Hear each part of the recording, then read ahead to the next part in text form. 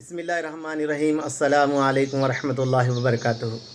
میرے بھائی دوست بزرگوں، اللہ آپ لوگوں کو خوش رکھے، سلامت رکھے، حفظ و امان میں رکھے۔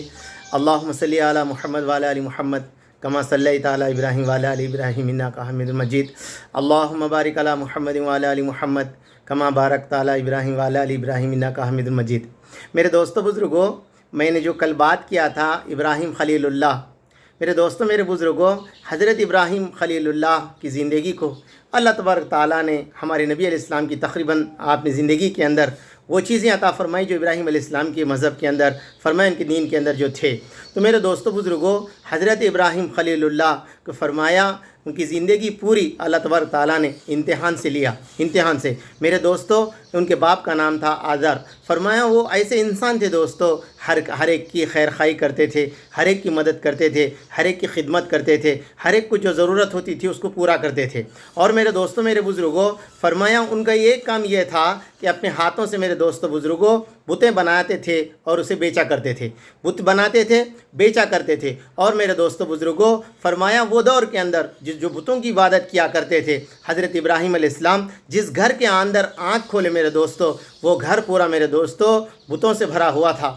بت بنانے والے باپ، فرمایا فروخت کرنے والے، ایسے تو میرے دوستو پورے ملک کے اندر بتوں کی عبادت، ایسے میرے دوستو ابراہیم علیہ السلام بہت بیزار ہوئے، ہر بار دیکھ کر کہتے تھے یا اللہ یہ کیسے خدا ہو سکتا ہے جو اپنے اوپر سے مکھی بھی نہیں ہٹا سکتا، فرمایا زندگی بھی نہیں کر سکتا، مار بھی نہیں سکتا۔ تو میرے دوستو حضرت ابراہیم علیہ السلام اپنے باپ سے کہا کرتے تھے ابا میں آپ کے لیے دعا کروں گا۔ تو میرے دوستو بزرگوں، حضرت علماء اکرام نے لکھا ہے، فرمایا غیروں کے لیے ہدایت کی دعائیں کی جا سکتی ہے، اس لیے کہ میرے دوستو میرے بزرگوں، اللہ کے نبی علیہ السلام نے پنجشنبے کی شب کے اندر میرے دوستو حضرت عمر رضی اللہ تعالیٰ عنہ ابو جہل کے لیے، دونوں کے لیے دعا کی۔ حضرت خباب کہتے ہیں عمر اللہ کے نبی علیہ السلام کی دعا تمہارے حق میں قبول ہو گئی، ہاں میرے دوستو، مگر ایک بات، ایک شرط یہ ہے کہ پھر فرمایا میرے دوستو غیر جو مر جائے ان کے لیے مغفرت کی دعا کی نہیں جا سکتی، اسی لیے کہ عبداللہ بن ابی جب اس کا انتقال ہو گیا، اللہ کے نبی علیہ السلام اس کے لیے دعا کرنا چاہتے تھے،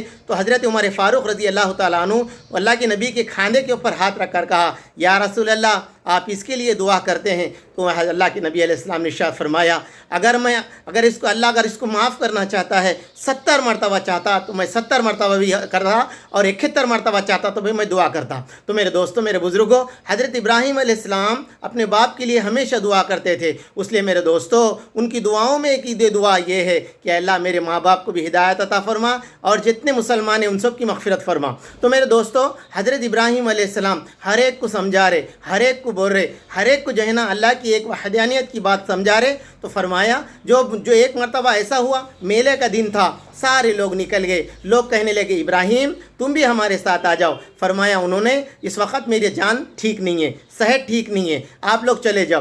چلے گئے میرے دوستو بزرگوں، ایک بہت بڑی کراڑی لیے جا کے میرے دوستو سارے بتوں کا ہاتھ توڑے، کسی کا پیر توڑ دیے، جو بڑا بت تھا اس کے کھاندے پہ کراڑی مارے، پھر واپس آ گئے۔ سارے لوگ جب دوڑے ہوئے آ کے سب سے پہلے گھر پر جا کے بت خانے کو گئے، جا کر دیکھے تو وہاں پر کسی کا ہاتھ، کسی کا پیر، کسی کا کان، کسی کی ناک کٹی ہوئی ہے۔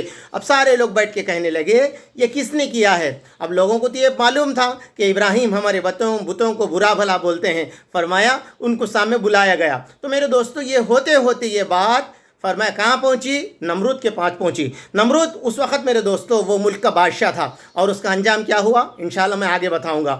تو میرے دوستو پھر فرمایا ابراہیم علیہ السلام کو نمرود کے سامنے کھڑا کیا گیا۔ تو میرے دوستو سارے لوگ جب جمع ہو گئے، جمع ہونے کے بعد انہوں نے کہا کہ ابراہیم یہ بتاؤ کس نے کیا یہ ہمارے بتوں کے ساتھ؟ ابراہیم علیہ السلام نے کہا یہ دیکھو تمہارا یہ بڑا بت ہے، اس کو پوچھ لو اس نے کیا ہے۔ سارے لوگ ایک زبان ہو کے کہنے لگے یہ کیسے کہہ سکتا ہے، یہ تو کچھ بول ہی نہیں سکتا۔ کہا پھر کچھ بول نہیں سکتا تو پھر تم اس کی عبادت کیوں کرتے ہو؟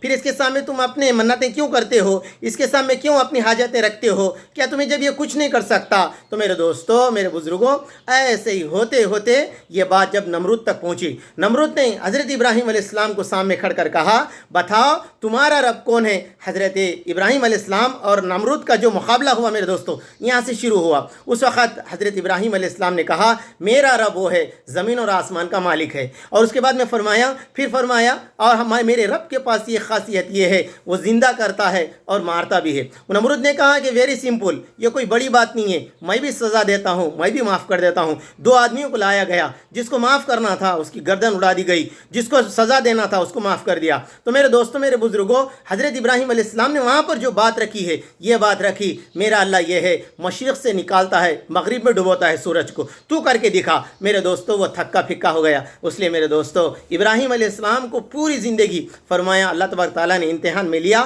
اور میرے دوستوں وہ کامیاب ہوئے۔ اللہ میرے کو، آپ کو، ہم سب کو میرے دوستوں سچی محبت عطا فرمائے اسلام کی، اور اس پہ عمل کرنا ہمارے لیے آسان فرمائے، آمین۔